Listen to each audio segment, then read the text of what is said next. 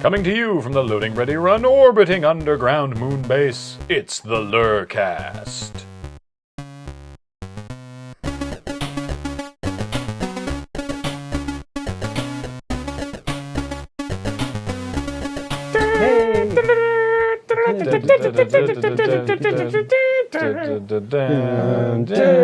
Scrolling text. Hey, Star Wars. Welcome to the LRRcast. I'm Graham. I'm Cameron. And I'm Ian. And we're going to talk about Star Wars. Specifically, Star Wars The Force Awakens. Though I imagine Star Wars as a broad topic will come up. So, if you haven't seen The Force Awakens, this is your spoiler warning. Yep. It's been out for a month at this point. But we feel you should at least still get the courtesy of a spoiler warning before we go into the episode. So seriously, just stop watching if you really care. You really should see it. You really should. It's good. It's quite good. That's why we like it and want to talk about it so much. Wait, are we allowing people to turn this off, or do they have to listen to it? No, they have to. Yeah, exactly. You turned it on, and so now you're locked in. There's a contract. If you're watching in the theaters, you're going to want to sync up here at right 3, 2, and now. Yes. So here's the opening title crawl. Yeah. I was somewhat overcome with emotion during the opening title crawl. Oh, yeah. Just because it was like theater, the sounds all around you, you're focusing on one thing, and just seeing Luke and Leia's names up on the big title crawl again, I was like, oh, this is so good. Although I forgot how it was really strange not having the 20th Century Fox fanfare. I was going to mention that. Yeah. Instead of having the Disney. That's not part of the, in your head, it's part of the, beginning of a Star Wars movie. Right. Though apparently John Williams did rewrite that fanfare, and the fanfare was brought back into production for the first Star Wars. Lucas wanted to use it because the first time the fanfare was used was back in the old days of those serial... right, yeah. Okay. So yeah, we all very much enjoyed The Force Awakens, and wanted basically to talk about a lot of things about why we liked it and why we thought that it was good and interesting, and then also probably some things that maybe we didn't like as much, but who knows? Because it's not like it's a perfect film, but there's no such thing as a perfect film. So I'm sure we'll get nitpicky. The big thing though that I wanted to talk about is the criticism of it, the biggest piece of criticism of it that I disagree with, which is that this new Star Wars movie. As a female lead. It's just not that. It's just New Hope again. That's exactly what I wanted to talk about as well. It's just a remake of A New Hope. It's exactly the same movie, Cam. Yeah, it's exactly the same movie. Yeah. No, it fucking isn't. Yeah.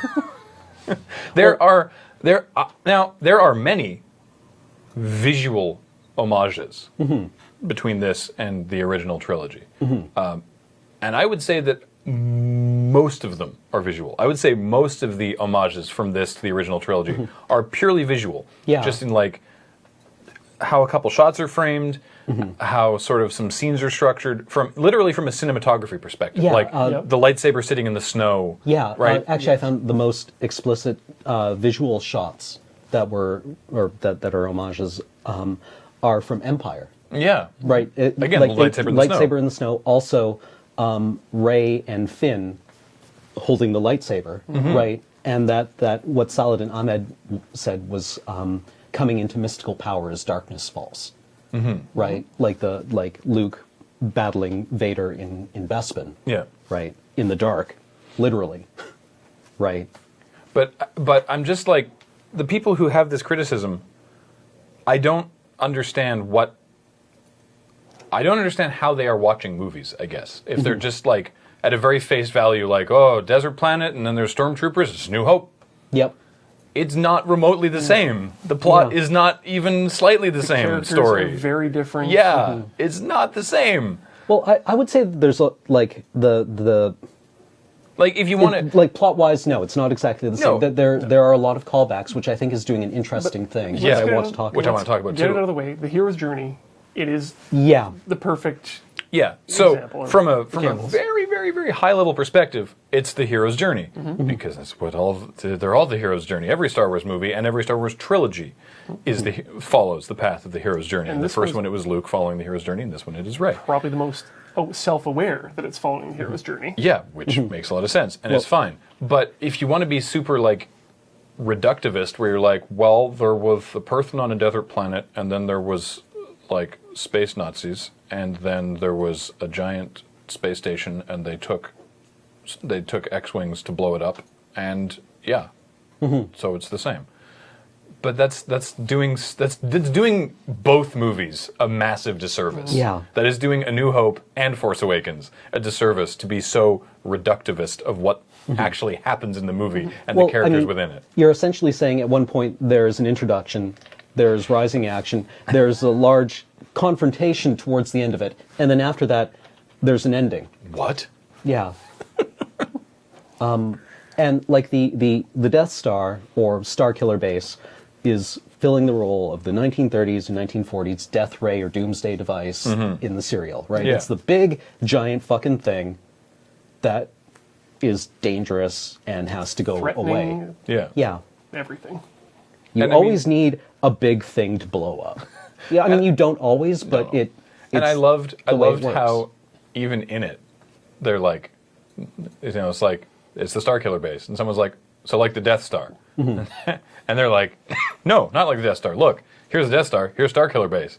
And Han's like, okay, so it's bigger. So what, like, it's, We fly and blow it up. Yeah. the movie's aware of what it's doing. Like, there's a guy in the scene who says, so it's like the new Death Star. Yeah. Right? In the movie, a guy says that. So, like, I've done a bit of reading about this. Like, full disclosure, I have an English degree. And, you know, we talk about this kind of thing a lot, right? Like, the way that similar plot arcs, you know, crop up in things over time and keep coming back, and the way that they, the authors choose to engage with that recurring mythology or not is really fascinating. And there is one piece of criticism from 1984, written by the American cultural critic Frederick Jameson, that talks about Star Wars in specific detail. Well, not in specific detail, but mentions it explicitly. And it's in an essay called Postmodern and Consumer Cultural Society. Right. No, wait, Postmodern and Consumer Society.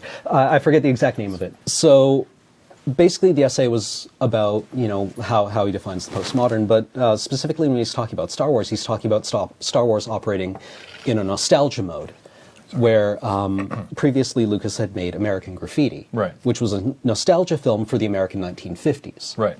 And he slots Star Wars into the same kind of mode, where instead of being nostalgic for an actual period of time that existed, it's occurring, you know, a long time ago in a galaxy far, far away. And it's nostalgic not for that time period, which never existed, but it's nostalgic for the feeling of that time period, right? 1930s and 40s. And at the time, that was kind of a new thing for people, right? We experience nostalgia all the time as being, you know, not nostalgic for, like, I don't know, the conflict between the Decepticons and the Autobots that occurred in 1980s animated Earth, but for what we were when we experienced that. And so, actually, Paul, could you bring up the poster that I sent you? Someone on Twitter linked me to this, but this was a poster that was made by the promotions department when A New Hope was just coming out. This grossly underserves Star Wars. Yeah, this was actually rejected. Oh, good. But this is what the marketing department came up with first. And it reads, for those of you listening at home, it is a watercolor of Luke Skywalker, or an ink drawing of Luke Skywalker. In black and white. Yeah, holding a blaster, and it says, first Buck Rogers, then Flash Gordon, now Luke Skywalker. Which, you know, Yeah, I Star think Wars was is not... Buck Rogers and Flash Gordon are definitely in the same wheelhouse, Yeah. and Star Wars is not. Yeah, but what they wanted to do there was bring up that feeling of nostalgia, explicitly linking it to, you know, 40s serials. Right. Right? Which is the mode that I think Lucas wanted to operate in to a certain extent. Yeah. While also kind of like re-examining it and bringing... It is called Star Wars. Yeah, which is, you know, a very pulpy name. I know that, like, now it's Star Wars. It's what Star Wars is. You don't even But critically examine what the name is. yeah, try and take a step back, right? It's 1977, and there's a movie coming out called Star Wars. Right? Yeah. It's not like... It's kind of a pulpy name. Yeah, or like The Empire Strikes Back. Well, exactly. Right. The subtitles have always been very... Yeah. Attack of the Clones. So what Jameson winds up calling Star Wars is he uses the term a pastiche, which he said is similar to a parody, but whereas a parody takes the stylistic trappings of something and cranks them up in order to kind of make fun of it and criticize with it and make light of it. What if you assume, well, the assumption there is that there's a normal to compare it to. Right? Like, you can make some fun of something being hyper-stylized only because there's a normal against which it looks ridiculous. Right. What if you get rid of the idea of a normal? Right? Then you just have, like, this hyper-stylization of things that exists on its own merits, which is a pastiche. And where was I going with this? Basically, that now instead of a pastiche of previous serializations and pulp science fiction, what we have is a pastiche of previous Star Wars stuff. Yeah, wow. Yes. Yeah, we totally do. Right? And Jameson also says, like, plagiarism, whatever you think plagiarism is, has always been a part of popular media. Yes. And the difference between popular media and highbrow media is that when it happens in popular media, we call it plagiarism, and when it happens in high culture, we call it reference or quotation. Right. So, like, when you quote Mahler, or when Mahler quotes somebody else, that's him making a very kind of like calculated reference to it. But when, when Britney Spears or when Taylor Swift has a sample from somebody else, that's plagiarism. Yes. Right. If this is interesting because, like, if even with the First Order as the Empire, like even with all these stylistic and thematic similarities between Force Awakens and the original trilogy, because it's not just A New Hope. It is, like you said, very much a pastiche of the original trilogy. Yes. Even with all of that, if Jakku hadn't been a desert planet, if it had looked like a completely different planet, if it did not look like Tatooine, I don't think people would have been so harsh with this. It's just A New Hope again criticism. Yeah. But I think it's important that they did do it as a desert planet. It is. Because this is the thing. And I know that you and I have talked about this.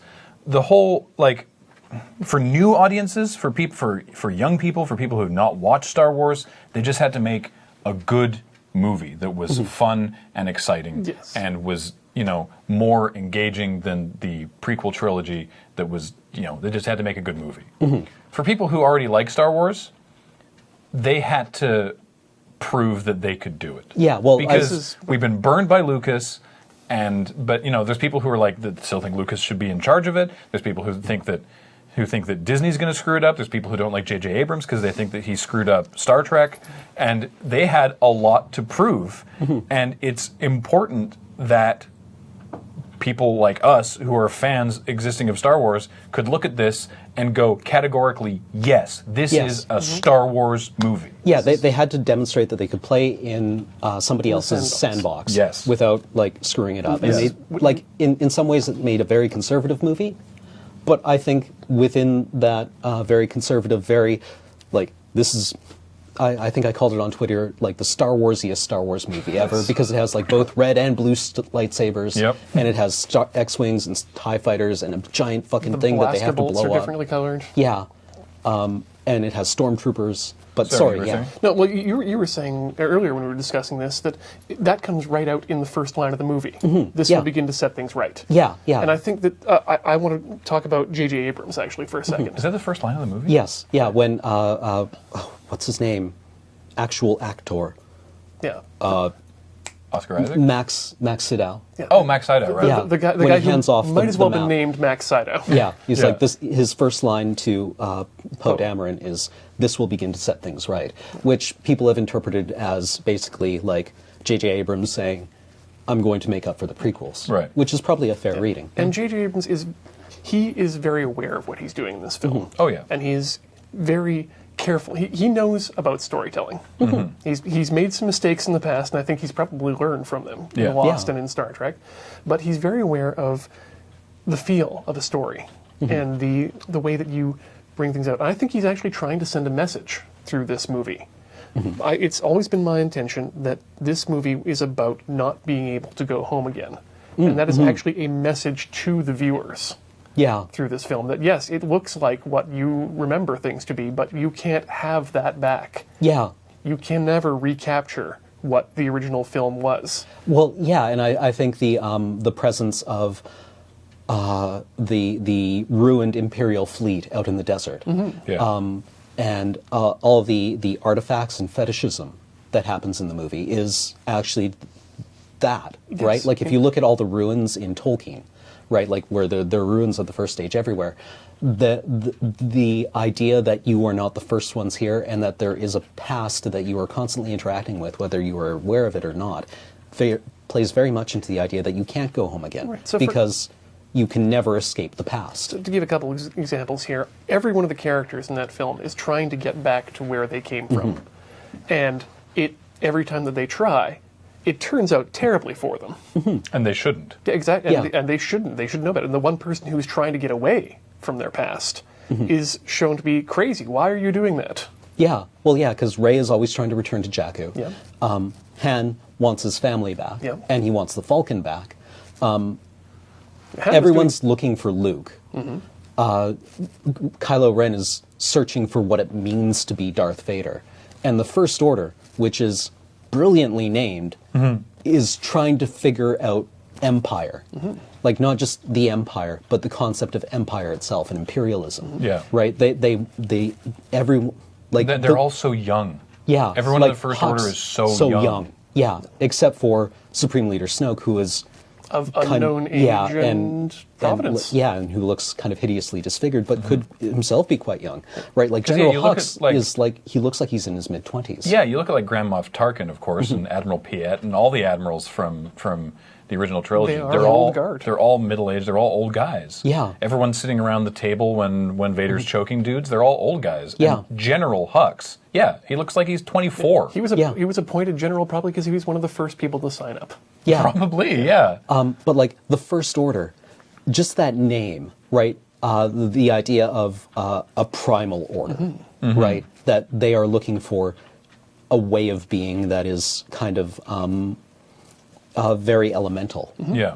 right? That this is not just the First Order as in we're number one, but this is the way to be. Very reflective of fascist Yeah. establishments in our own world. Yeah, where fascism is actually really hard to define. People have been working on defining fascism for 70 years now. But specifically in the way that it's trying to recapture this sort of mystical... Yeah, mythologized history. Yes. And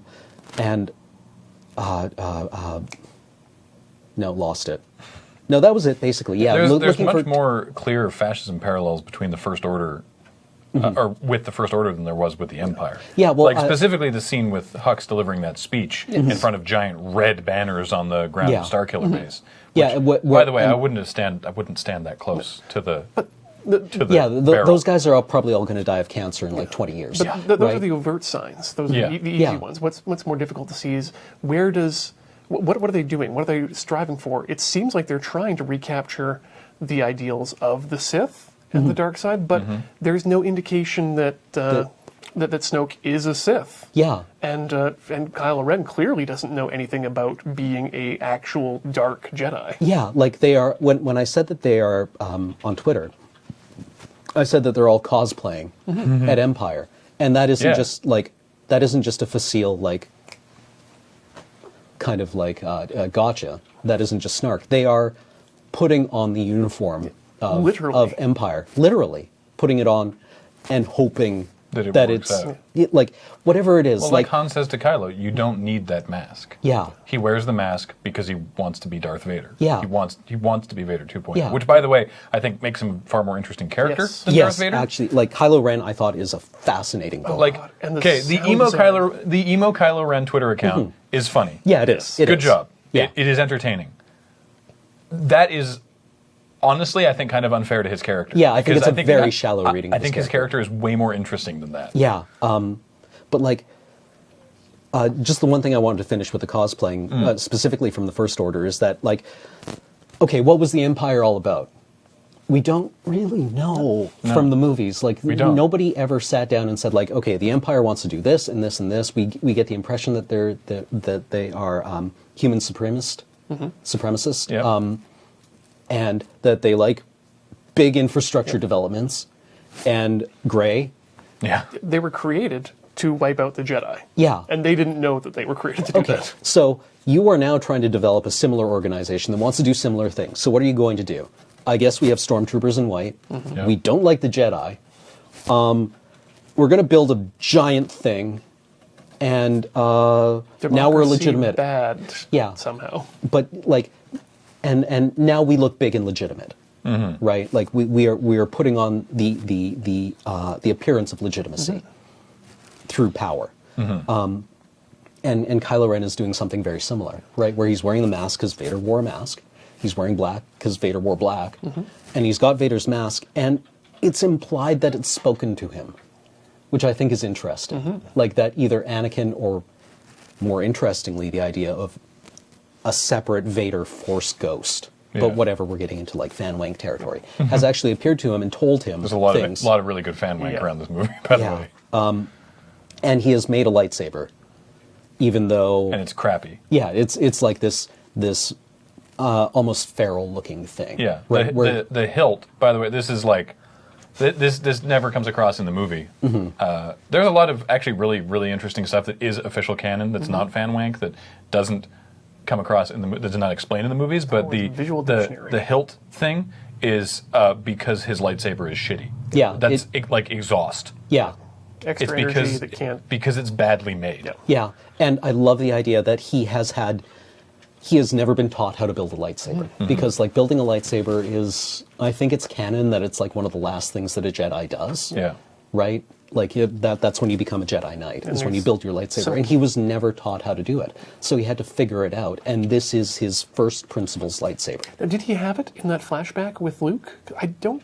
I think he He did. Okay, yeah. Because Did you you see see- other knights of the other Knights of Ren standing around him, and one of them has like a Yeah, blaster they didn't rifle. have lightsabers. Right. Did you see the Saturday Night Live undercover boss skit? Yeah. So he's doing the bit where he's undercover, and he's like, "Hey guys, have you seen Kylo Ren's lightsaber? It's pretty cool, huh?" And they're like, "Yeah, I don't know. I don't like. It looks kind of weird." "No, shut up. It's awesome. Let me see if I can go find it." Like walks like Yeah. around the corner, immediately returns. "Look, I found Kylo Ren's lightsaber," and goes up and holds it up to them. And Bobby Moynihan's character is like, "It looks like badly made," and Yeah.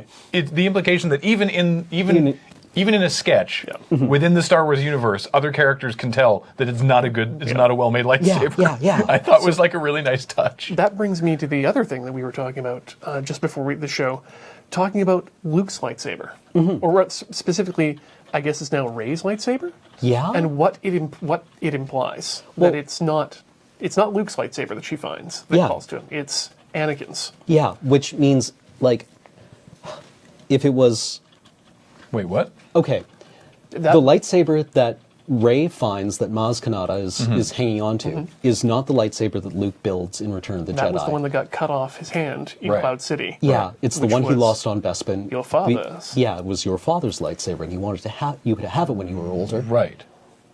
So this is the one that Luke lost on Bespin? Yes. Huh.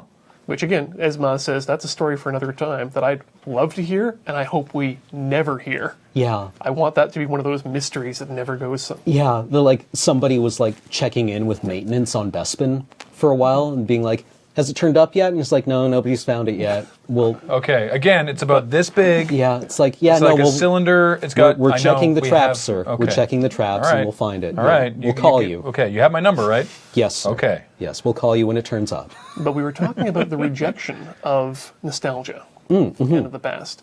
And in the same way that we don't think that that Snoke and the others know about being a Sith or being a Dark Jedi, I don't think Rey wants to be a Jedi. I think that statement of hers, that I don't ever want to touch that again, isn't just about the lightsaber.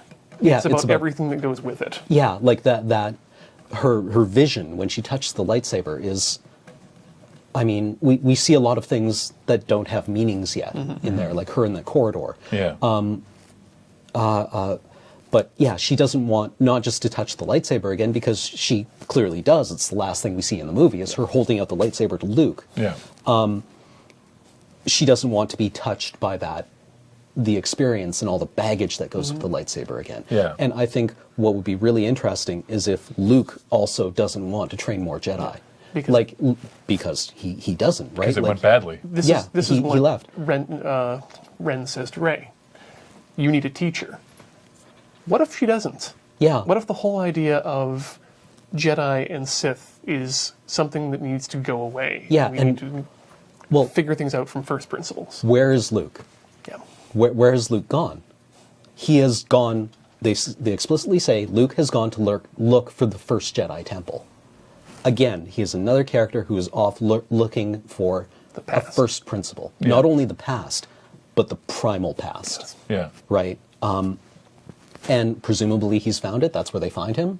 Presumably that's the first Jedi temple. And he's there looking for what it actually means to be a Jedi, not to be a Jedi Knight, but what the Jedi were trying to accomplish. Right? Not the model, but the actual thing itself. And I think what would be really neat is if presumably canon-wise, the Sith should be extinct. They got both the Master and the Apprentice, right? And so he's the last Jedi, and Yeah. he's not really very good. yeah, like he was never fully It trained. felt No. like someone gave him a field promotion to Jedi. Yeah. And he doesn't... If he's going to train people the way... The Force is strong with him, but yeah, he was never actually like the greatest Jedi ever. He's going to Yeah. train people the way he was trained. He's going to ride around on Rey's back and steal her food.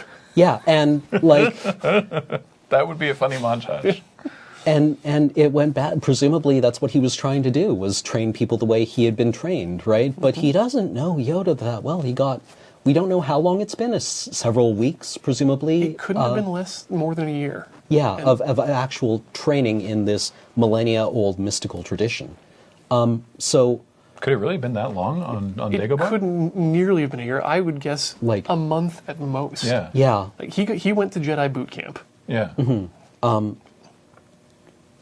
So, what if the idea of the Sith and Jedi are just gone, right? The Force is like this, it's Force a isn't field. gonna go away, Yeah, yeah. no. But But as what if Maz- those two understandings of the Force But are as- just Yeah. gone? As Maz said, and as Maz exemplified, you can be strong in the Force without being a Jedi. Yeah.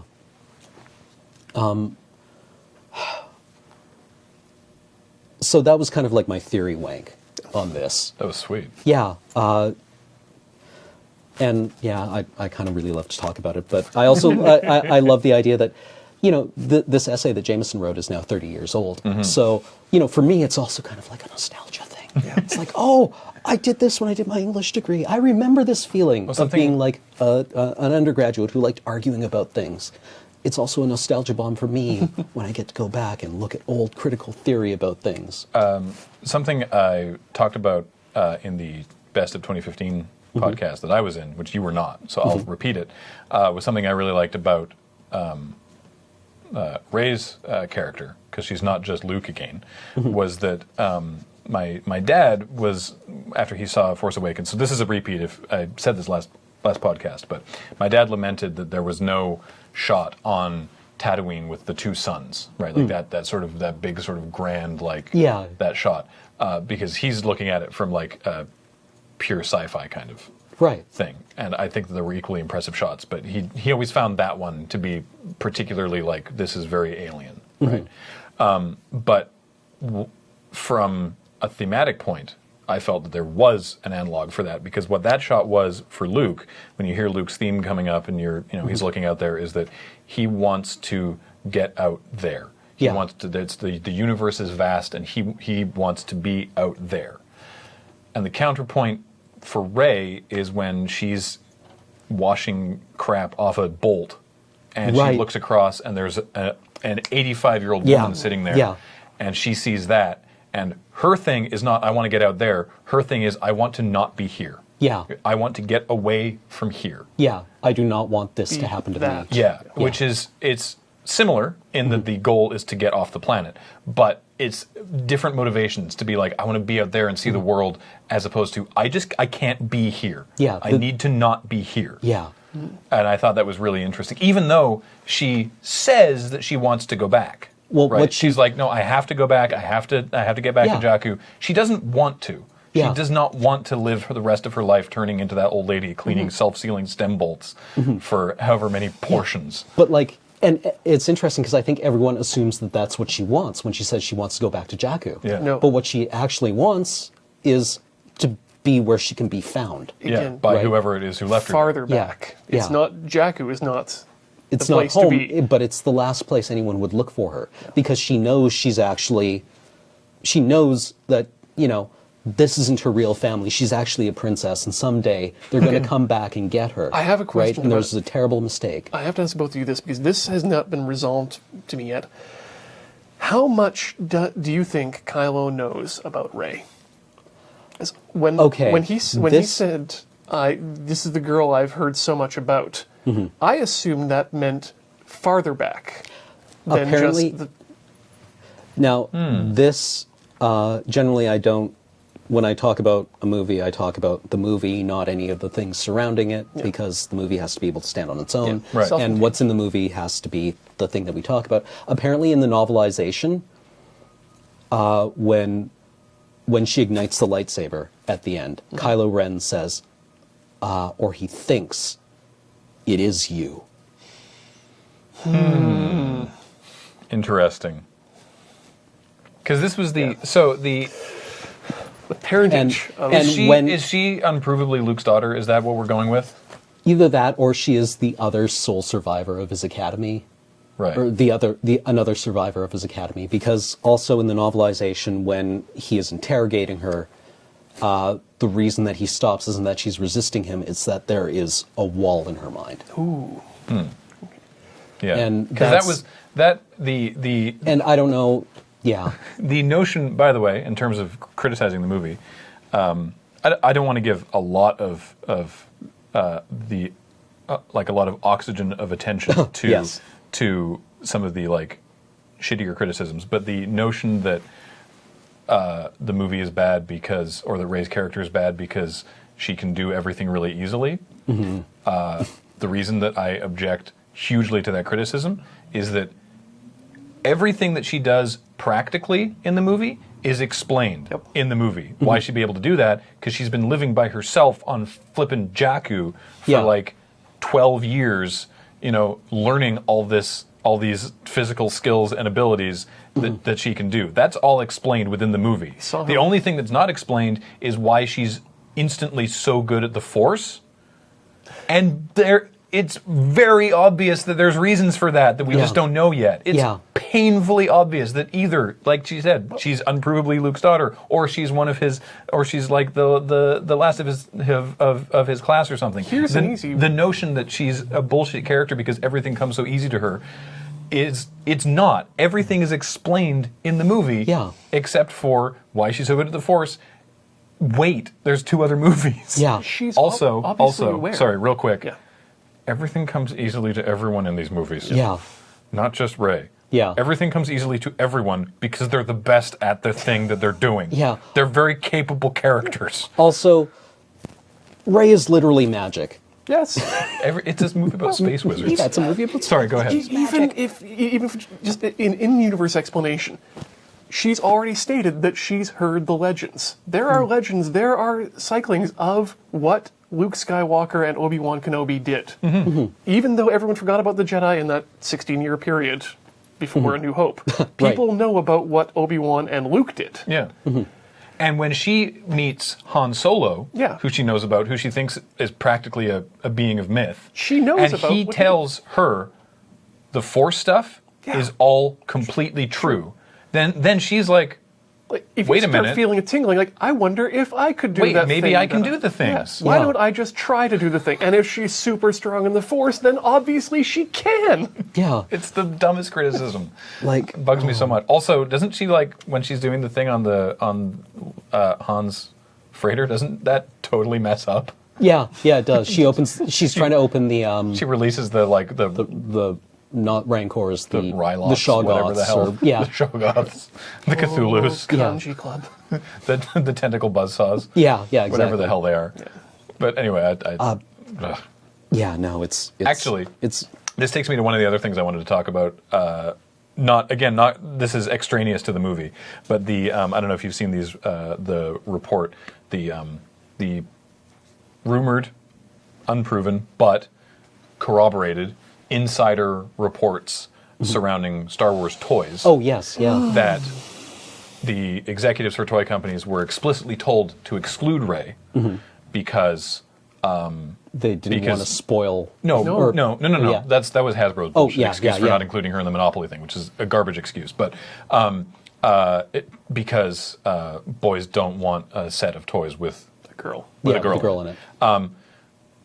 That's actually not what I want to focus on. But real briefly, I feel that there's an ongoing self-fulfilling prophecy that they never make Yeah. girls' Yeah. toys, so they actually are operating on no data. Yeah. I do not believe they have data to support what they say because they have never made toys of a girl intended for boys because they think they won't sell, so they don't make them, so they don't sell. So I think it's a self-fulfilling prophecy. But what I wanted to talk about is that, again, this insider says that they were told to exclude Rey because the Disney executives and the toy companies thought that Kylo Ren would be the breakout cool character that kids would want, and so they made lots of Kylo Ren toys. I understand that Darth Vader was super cool because you didn't know anything about him because he was just a tall, masked bad guy with a creepy voice, and he was really awesome. Kylo Ren in the movie is a petulant little shit who kills Han Solo. Yeah. No boy is going to be like, yeah, I want to be Kylo Ren. Yeah.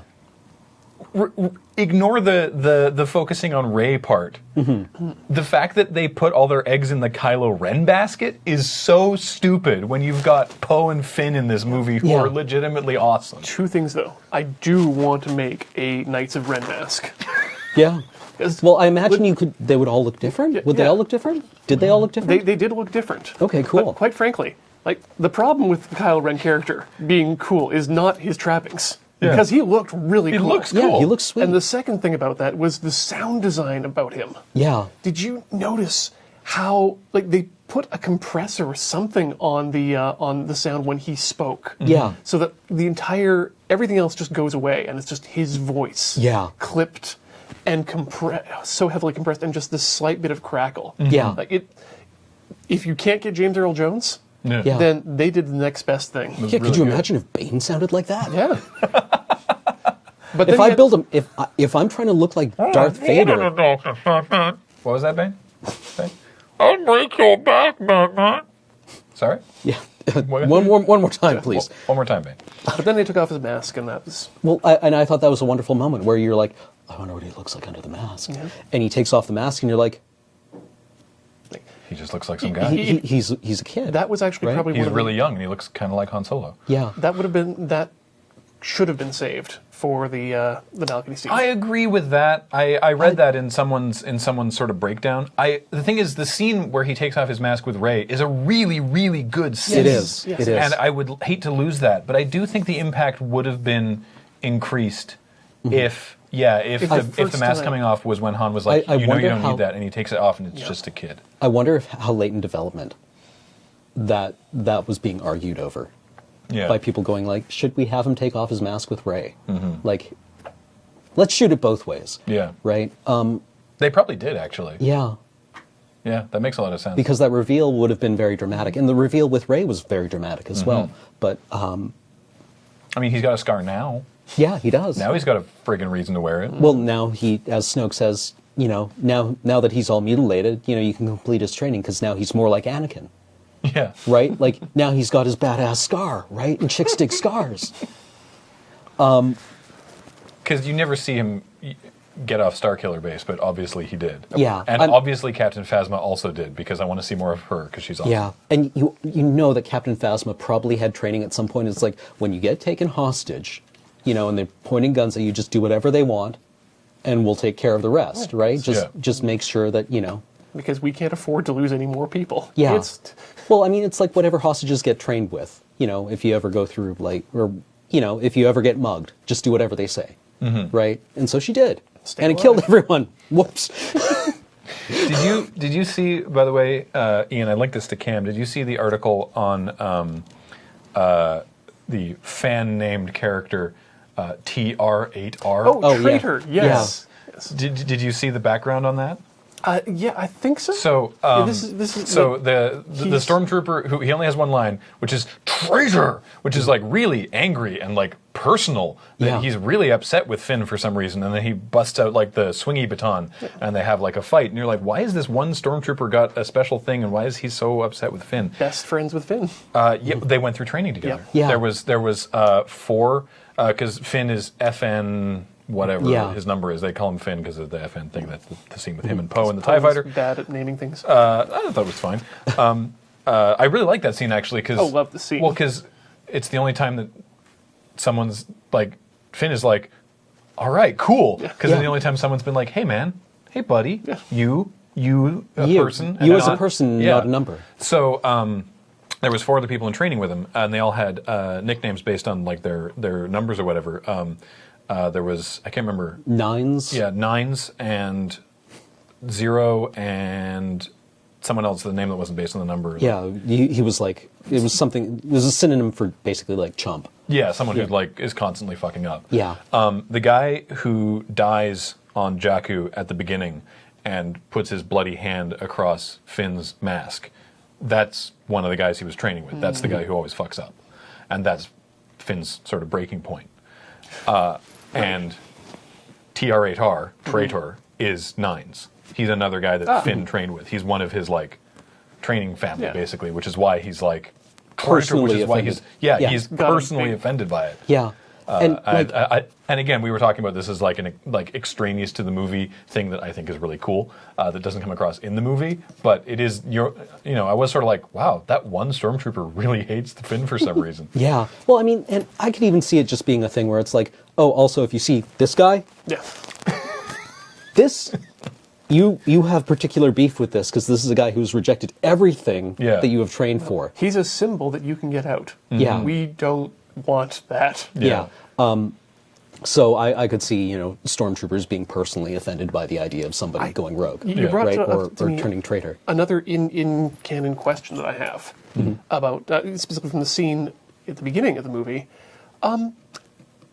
How much does Rey know, or why does Ren look specifically at Finn? Is there latent force? I think that's heavily In Finn. implied. Yeah. Because Finn is just sort of standing there staring at him, and Kylo like stops and looks and is like, weird, and then keeps walking. And you could easily say that it's just because he's standing there staring at Kylo Ren, but he's not like Kylo Ren. The peripheral vision in that mask can't be great. Kylo Ren doesn't see that he's just standing there. He like feels something and turns and looks at him. And then later, when he hears, I don't recall what the context of why it is, but someone tells The Phasma tells. Phasma tells Kylo Ren like a stormtrooper, like a former stormtrooper, like deserted and did this, and Kylo's like, it's the guy from the village. Yeah. Like he immediately knows. He's like, oh, that tracks. Yeah. Yeah, that Right? makes sense. Yeah. So I think it's heavily implied that Kylo's like, oh, I thought I felt a little forcey, tingly forcey there. Yeah. And Finn's not great with a lightsaber, but he's not the worst. yeah. But I mean, he would have been trained with hand-to-hand combat anyway. Yeah. Yeah, I mean, I think probably that scene with the fight with the stun baton was more about showing that stormtroopers have had, CCW training, Yeah. or CQC training. CQC. Finn, remember the basics of CQC. By the way, also good on JJ for showing a new use of the Force that we hadn't seen before. Oh, freezing the blaster Yes. bolt? That was dope. Like the first thing we see Kylo Ren do. You want to tell me that Kylo Ren's a badass? That's how you do it. Yeah. That was rad. And I specifically want to talk about that because of the death of Han Solo, which, Finn, it's heavily telegraphed, from a mile away, this is going to be the death of Han Solo, right? Because Chewie, take this, because I might die now. I don't Yeah. have a perspective actually on if it was that telegraphed because I knew going in. oh, okay, I had that spoiled for me, so I'm sorry. I wasn't able to watch I wasn't able to watch that scene without knowing. So I actually don't know how telegraphed it was. Well, I mean, like, I also went into it knowing that Han Solo fucking hates Star Wars now. Well- right, he wanted to die in Empire, he wanted to Yeah. die in Jedi. Right. And I remember hearing somewhere that, like, the only way they were basically able to get him back for this one is like, don't worry, we'll kill you. But I knew it was definitely going to happen when Kylo Ren says to him, I don't know if I'm strong enough to do this, and I need your help. Right. Okay. And beware of anything somebody who is trying to be the dark. Kylo Ren desperately wants to be Batman. More than Darth Vader, he wants to be Batman. He wants to be the dark hero. Right. Right. And whenever anyone like that asks you for help being strong, Do not. do not, because that means they're probably going to kill you to prove how. Back away. And especially considering that Snoke has told him, you have to eliminate your feelings, right, for your family, and any feelings of affection, any warm fuzzies have to go away, right? So when he asks him, can you help me do this thing, and he says yes, he's like, okay, cool. So, And But he thinks that's going to make him strong, and it doesn't. Like, it visibly weakens him. And- Like, Kylo Ren is actually gutted. He's devastated by that's that the act. reason Chewie was able to get that shot in. Yeah, because the first thing we see Kylo Ren do is stop a blaster bolt in midair, Yep. which, though it seems like it would be a really handy and thing. the movie had just spent 2 hours showing us how damn powerful that bowcaster was. Yeah. how coming from a mile away do you think Han saw that, and why do you think he went along with it? He knew. He Yeah. knew he couldn't come back to Leia without his son. Yeah. He- I think I also agree. Yeah, I think Han went into that fully eyes open that, if he couldn't bring his son back physically, he could, that sacrificing himself might put him on a path to bring him back. And I feel like that's actually the case. Yeah. Like, I feel like that's the arc that he's on. maybe even it's not going to be, the trilogy might be Kylo Ren's story. I don't know. But I feel like maybe even like Vader had like the third act in the third movie. Yeah. Like sort of realization. I think it might come sooner for Kylo. Someone said that the new trilogy seems to be on the same arc as Avatar: The Last Airbender, Oh, with Zuko? which puts Zuko in Kylo Ren's position. Yeah. Which would mean I don't remember any of the characters from Well, Avatar. Zuko is Zuko's the the- Fire Prince yeah. who swapped sides at the end of second season. Oh, sorry. Not the James Cameron Avatar movie. Oh yeah, no, that didn't exist. But No. James Cameron. Sorry, yeah, no, Avatar. I'm thinking about the Avatar: The Last Airbender movie. No, that was terrible. Yes, Oh. that also That was terrible. yeah. That didn't exist. definitely didn't exist. Yeah. what I could see happening is Kylo Ren wakes up and he has been, in order to save him from his grievous wounds, he has been put into like a heavily cybernetic body. And he is now trapped in that body. In the same way Vader Right. was. Right. More machine now than man. And is tortured by that. Well, Snoke is probably like, perfect. Yep. Get him in the cyborg suit. Yeah. We had one prepared. Yeah. Remember when we were taking your measurements for that blazer? No. No. And now he's extremely upset. And now, he's extremely upset about being in what he always wanted to be in. Yeah. Speaking of that scene with the stopping the blaster bolt and Chewie and everything, can I talk about my other favorite fan wank theory? Chewie's a dead shot. Yeah. Yep. Yeah. You see Chewie like no-scoping things with that Oh, yeah. all the time. Why doesn't he kill Kylo? Because there was that comic that was going around. That's what I'm thinking and about. before even that came out, I was like, there's no way Han and Leia raised this kid. There's no fucking way that those two characters Yeah. found time to raise a child. Chewie raised that kid. I'm willing to bet. Chewie's like, yo, I can babysit. Yeah. If you need it, anytime. Chewie and Luke. Yeah. Oh, God. Because who else is going to do it? Lando? Yeah, no. Right. I hope Billy D. Williams comes back for this trilogy, really by the way. hope Yeah. Because my other favorite character came back. Yin Yub. Oh, yeah. Yeah, I didn't realize that wasn't meant to be another Celestin? Like, I thought it was meant to be another Celestin and another calamari. No, that's actually Nien Yub and Admiral Akbar. Yeah, and I kind of really enjoy the idea that, you go to the Resistance. He's aged right? well. Yeah. You Akbar. find the Resistance, and it's like, it would be like going to, I don't know, any kind of French resistance cell during World War II and finding like General Montgomery there. Yeah. And being like, oh yeah, that scans. Didn't you fight in the Endor? Oh. Yeah. It's Okay. like, oh, so this is actually just like, That thing about a trap. Yeah. It's all real. That Like- trap story this is fact. but like the idea that all of the old rebellion military leaders are like, we can't let the First Order be, right, Yeah. and start something. But I think tracks. Also, interestingly, we can't be the new government. that all these old soldiers have no Speaking place. of the government, apparently that wasn't Coruscant. No, Yes. Because apparently not the Imperial Senate, the Republic Senate, like moves planets every 5 years, which seems like a logistical shit show. yeah, like, man, just moving 85 trillion tons of filing cabinets. Oh, right? yeah. Probably like the Olympics. It bankrupts planets. Yeah, well, the I did like the story I heard behind why the Republic moves planets is because they decided that when the Republic was just on Coruscant for like 10,000 years, that's what led to a lot of resentment with everything that wasn't Coruscant or a core world. So now they Right. move around. Like how we hate Ottawa. Yeah. Okay. So like maybe if the federal government was located in All Vancouver. those fat cats and Coruscant. Yeah. Well, I'm not from Coruscant. I'm going to bring change. Yeah. So that's why I heard they I mean, a decided hell of a lot that of people died, but Yeah. I guess, but it wasn't literally J.J. city Abrams planet. nuking the prequels from orbit, which JJ. I would have forgiven. which he actually did when he did Star Trek. He killed Vulcan. he killed everything that came after the original series. Yeah. And because he couldn't temporally erase Enterprise, he just had to satisfy himself with killing Archer's dog. That's right. Because Scotty kills Admiral Archer's dog Because that was just in a throw- teleporter accident. just a throwaway That's line. why Scotty is on that moon.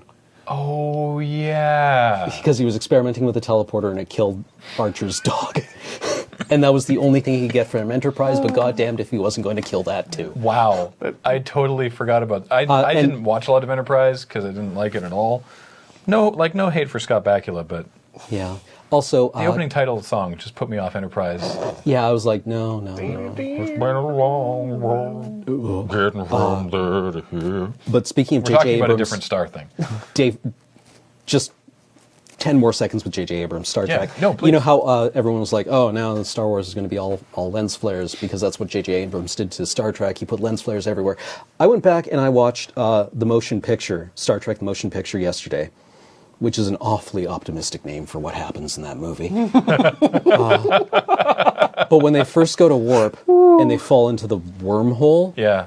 and it's all distorted, and Yeah. like there's the visual Yeah. like tracking. Did you watch the director's cut? Yeah. It's I'm better. sorry. It's better. It cuts out about 10 minutes of Floating ship through the porn. bullshit. Yeah. Yeah.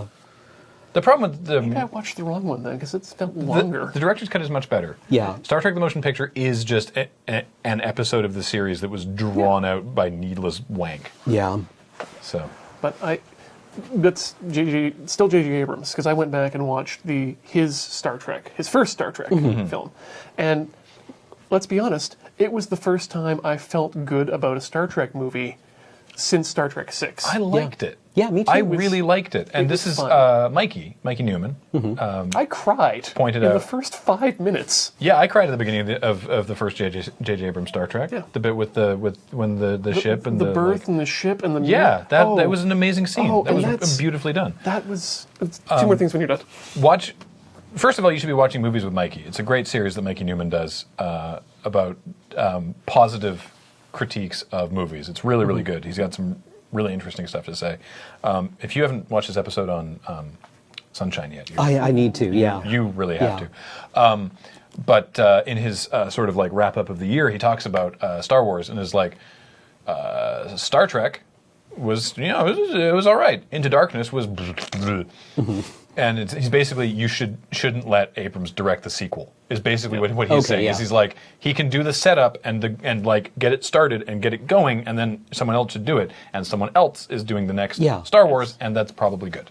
Well, I mean, that's probably fair because I imagine working on Star Wars is really stressful. And after one movie, you're like, I'm good for now. I don't care. Also, you just take a bottle of rye out of your desk drawer and drink it when people ask you to make decisions. Apparently, God, that might explain Spectre, because this is the first time that a director has like chained two like tentpole blockbusters together for that franchise. Like Martin Campbell directed GoldenEye and Casino Royale, but that was years apart. But Right. Sam Mendes directed Skyfall right into Spectre, and that maybe he was just burned out. Yeah, I can definitely see directing has to be an insane, stressful job. Yeah. And after And maybe Skyfall. like that opening tracking shot in Spectre was just the DP going like, "Yo, I got this new rig. Do you mind if I just take 10 minutes?" And Sam Mendes just being like, "I don't care. I don't do care. it. Just do it." I need a nap. Apparently, the pre-production for episode 8. Right? 6, 7, right, okay. The next Star Wars movie, the next main canon Star Wars movie, apparently there's a delay in pre-production, and it's rumored that it is script revisions based on the overwhelmingly positive fan reaction to Poe, Finn, and Rey. Good. Good. That presumably, this is all rumor, they weren't featured as much. Like they were, but like not like as much. Well, I'd heard and that people Poe are like- was going to die in the first movie originally. I mean, that would have been fine, I guess. Yeah. But people really like those three characters. They're good characters, and it's nice to have three new characters that aren't Han, Luke, and Leia. Yeah, right? well, 'Cause it I makes really sense like that it they've should sent be. Oscar Oscar Isaac, basically on his gift set, Out. Cameron.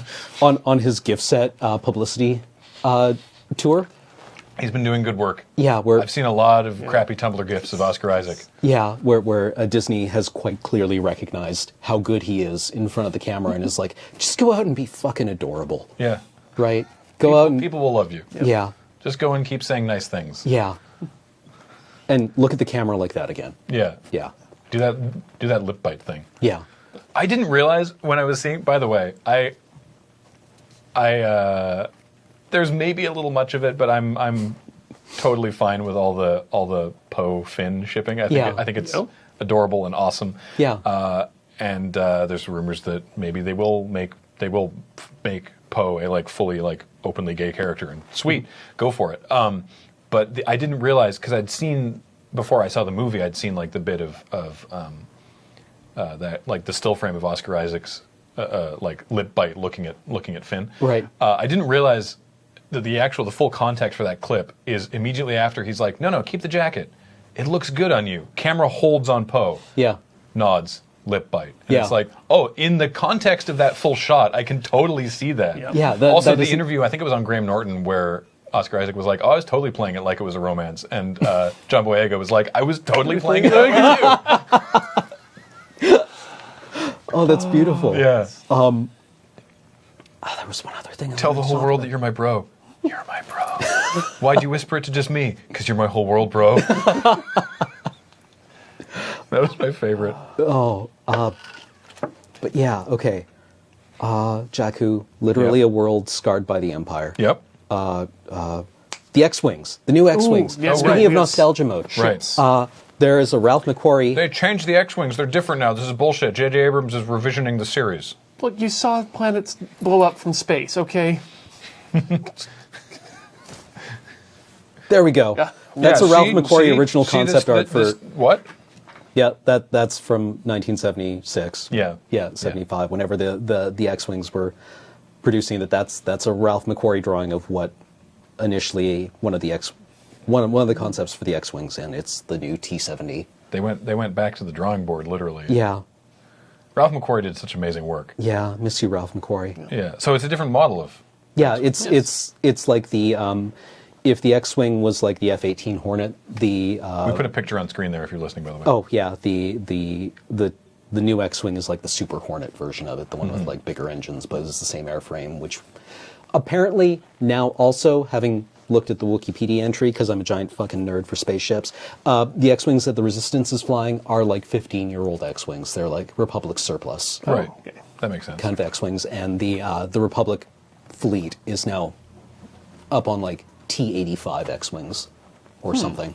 I also like it That makes no a lot of longer sense. exists. By the way, nomenclature. It makes a lot of sense that they're not the rebellion anymore. Yeah, Yes. they are the resistance. They're the because they did rebel against the Empire and were successful. That was the end of Return of the yeah, Jedi. and now they are the Republic. Yeah, now the Republic, and now they are resisting the Order. Yeah, Again. well, and they're like a they are an insurgent group inside the New Order with complete deniability from the Republic. Very specifically, not the military of the Republic. Yeah, only they are all ex-Republic pilots, and you know, ex-rebel pilots as yeah, well. and people like Admiral Akbar, Yeah.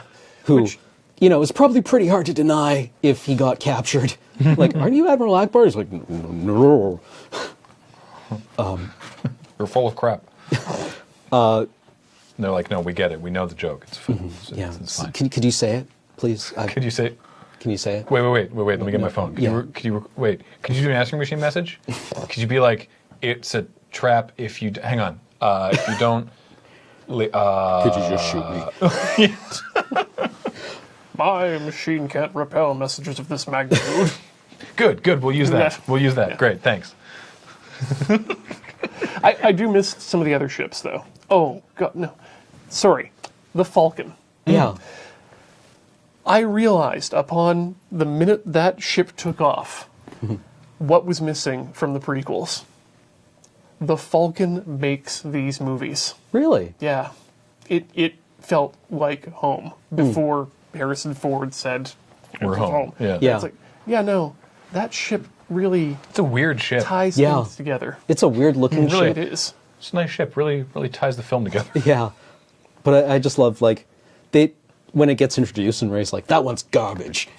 Yeah. Right. That's really good. Like the disdain in her voice for the Falcon is so palpable. Right? She's like, don't be stupid. Yeah. Before we wrap up, what didn't we like? Was there nitpicks? Because I mean, Two small things I have. if like it. it turns out that Rey is Luke's daughter, it is a little sort of like Could we? it's yeah. Han and Leia's kid and Luke's kid, and it's Star Wars, the next generation. Yeah. And that's maybe Literally, that's- the next yeah, generation. Yeah, and it's like I'm fine with that, but it is a little like, It's a big galaxy. Could we maybe? but Yeah. I'm okay with it.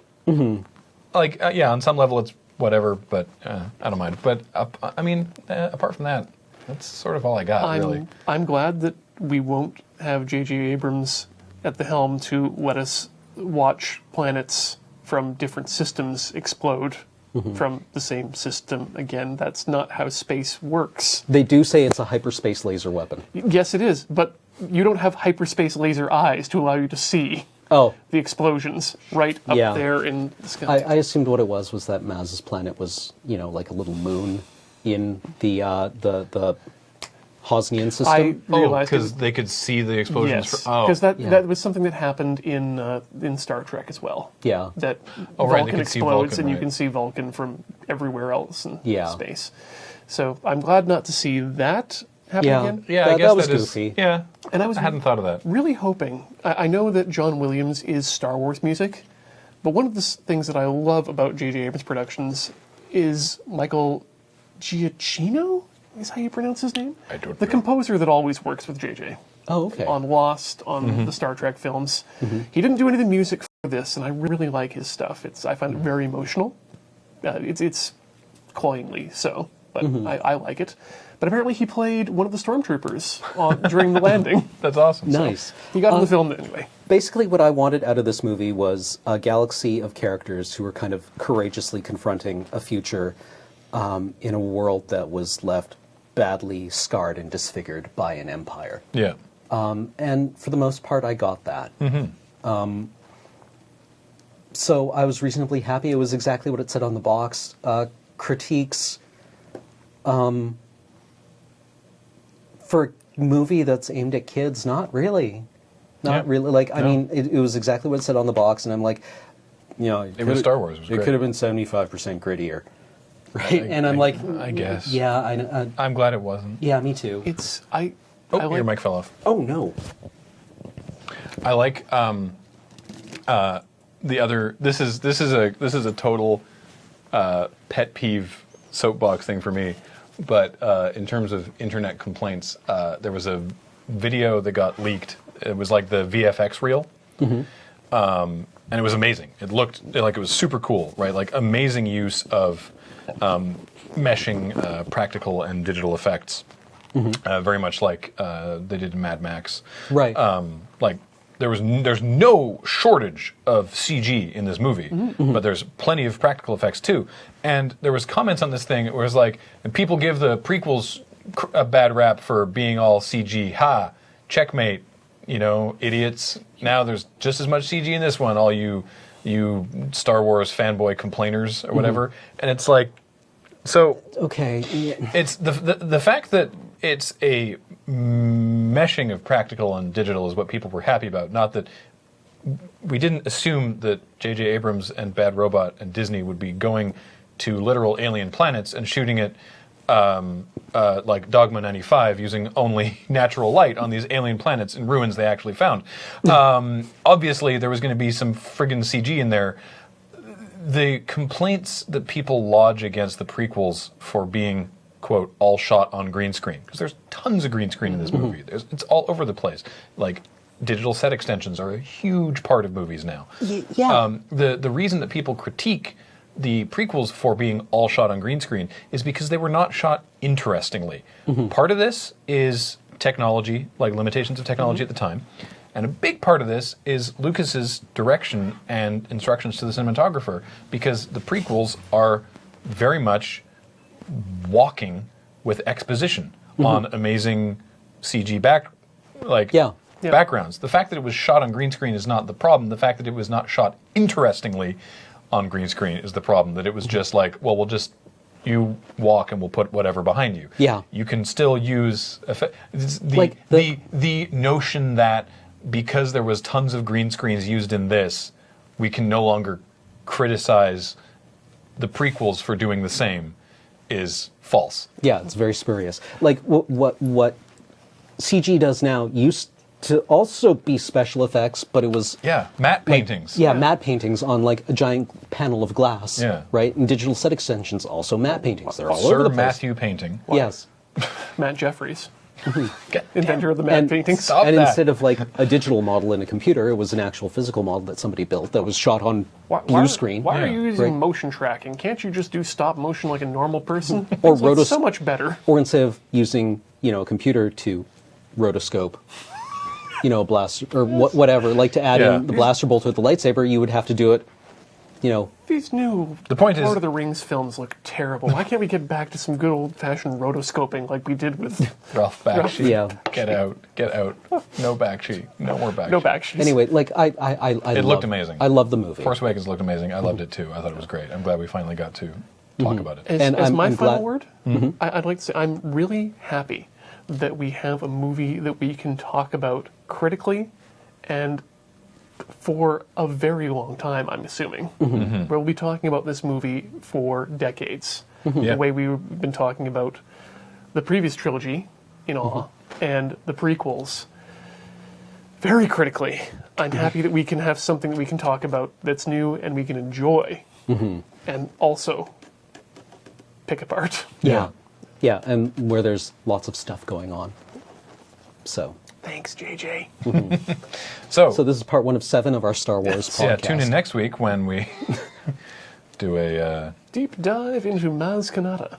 I was going to say deep dive, yeah. I didn't know where to go from there.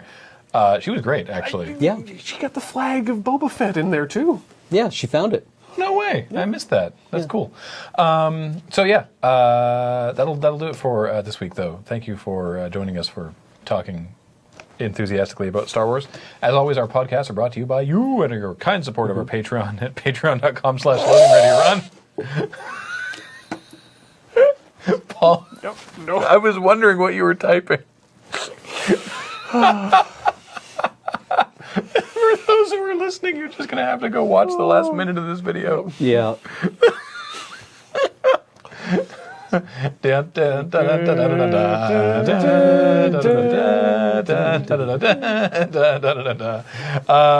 can subscribe on iTunes or to our YouTube channel. Have your own thoughts about Star Wars? ? Let us know in the comments on this video or at our forum at loadingreadyrun.com/forum. Oh, you're a superstar. Loading Ready Run the LRRcast. Graham is missing. Thank you all for watching, and we will talk to you next time. Goodbye.